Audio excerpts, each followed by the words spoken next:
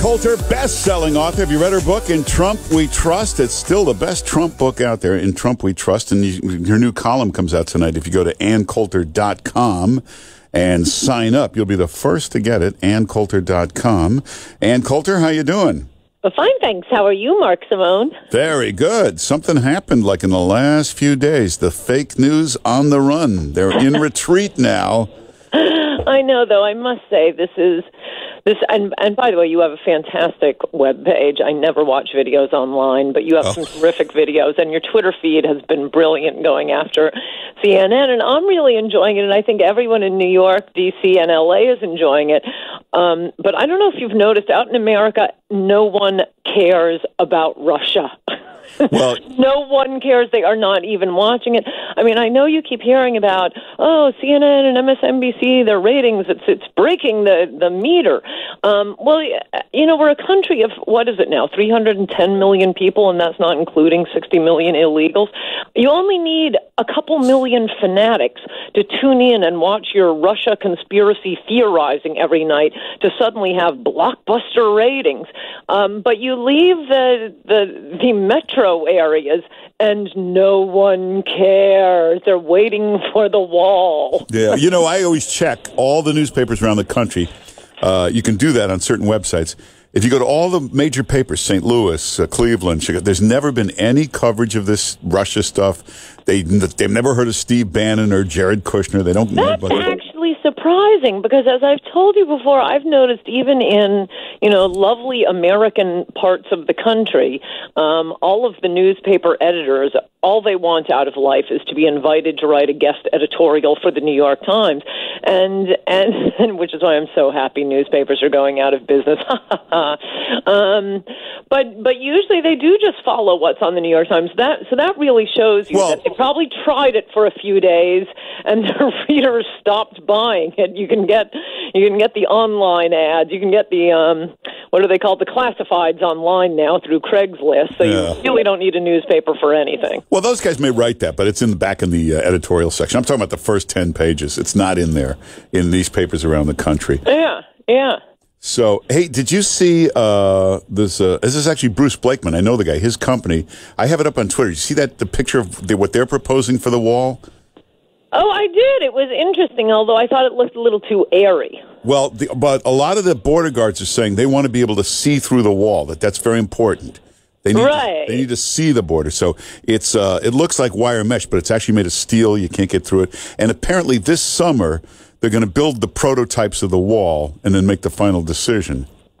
No, I have noticed that there seems to be a little more movement on the wall. So I am giving the Emperor God a brief respite from my daily border wall updates. But I'm coming back in another week or so. Oh, no. They're working on this wall. They have been working. I know a couple of things. One is a lot of people they've approached have turned down the job. That's part of the problem. That's been happening. They're afraid of being protested and picketed.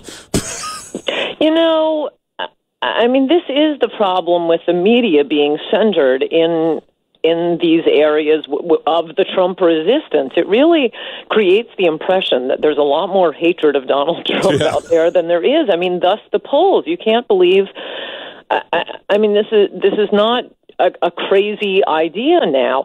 The American public was polled really quite extensively throughout, the second half of 2015 and 2016, and every poll showed that Hillary was going to win, and substantially. A 90% chance that she was going to get 300 electoral votes. And then, we have the election, and whoa, were the polls wrong. So I'm not saying all polls are wrong. I think they're interesting about a lot of questions, though sometimes you have to trick people to get them to tell you the truth. But all polls about Donald Trump are utterly, utterly useless. So why do they keep taking them? Well, but I always go look in the metrics. You can tell which are the fake polls. The fake ones are Bloomberg, ABC, CBS, NBC, New York Times, Washington Post. Well, by fake, I mean I look at the metrics, and they take Republicans down to 23% in the sample, which is preposterous. Sure, but they always do that. I mean, even if the Christian Coalition, if they even exist, even if you and I took the poll, people don't want to. Some people, they're at least 10-15%, are voting for Trump, but they don't want to admit it. They probably don't want to admit it to themselves. But if you talk to John McLaughlin or these top poll guys, you say, what should the sample be? They'll tell you it should be Republicans 36%, Democrats 38%, the rest independents. No, sure, but that's true of even polls on Bush. Trump is off the charts on this. But can we get to this disastrous Obamacare light bill that the idiot GOPs are trying to foist on us? Yeah. But here's the real problem. The real problem is they won't give us a free market in health insurance. They seem to have, if only capitalism had been invented. Why is it that my own party, the Republican Party, has no idea how the free market works? It is like talking to an old Soviet woman. They have to control everything. They can't. How will people get health care if we don't mandate coverage for illegal aliens and sex change operations? I just want health insurance for, my health, not to pay for other people's sex change operations and gambling addiction therapy and marital counseling and their rotten kids. But that is a product that it is illegal to purchase in America. And these idiot Republicans think that, well, since Obamacare is so unpopular, it won't hurt if we pass something equally unpopular. All they're doing is taking all of the problems of Obamacare, and they're now going to get the blame for it because of these little cosmetic changes to Obamacare. Democrats who are really hurt by Obamacare. I mean, premiums are going through the roof, co-pays through the roof. Talk to any doctor, all of the defensive medicine. There's so many things they could be doing here with tort reform, wholly apart from allowing a free market in health insurance. But it doesn't deal with any of that. No, this is the Goldman Sachs influence, the big donors' influence on Washington. Tax cuts aren't the issue. 49% of people don't even pay taxes. I'm all for tax cuts, but that's not what got Trump elected, and that's the only thing this Obamacare bill does. Cut the Obamacare taxes, but you will still have to purchase health insurance that covers sex change operations. You know the real problem, though? These Republicans, they had 6 years to prepare a plan.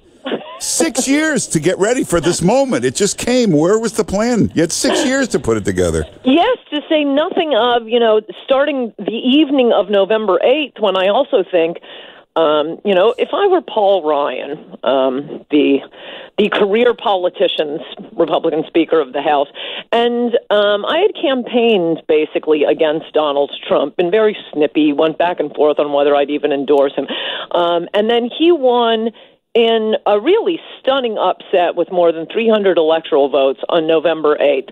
I think on November 9th, instead of doing my usual workout routine, I would get to work on how we're going to build a massive wall. Yeah. Isn't that a lesson to you? Well, but if you're Paul Ryan and you're part of that swamp, you're getting paid a hell of a lot in donations to make sure there's no wall and to leave those borders wide open. That's true. That's true.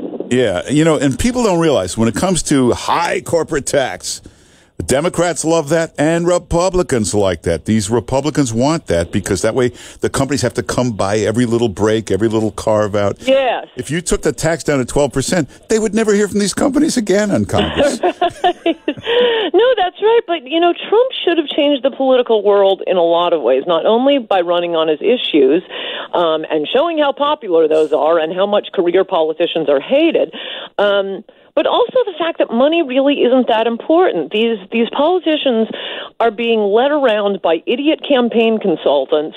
Did you hear they're running an ad against Dean Heller?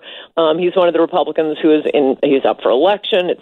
He's worried about his reelection. He's a vulnerable Republican, and he said he's not going to vote for this idiot Obamacare light bill.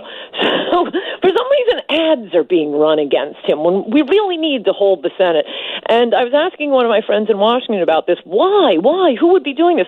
No, it's just campaign consultants who want to make some money. So they go to Republicans and say, hey, you know what you guys should be doing now? I could put together a fantastic ad, and I don't know, I'm busy, but I think I could spare a week. Just give me $15 million.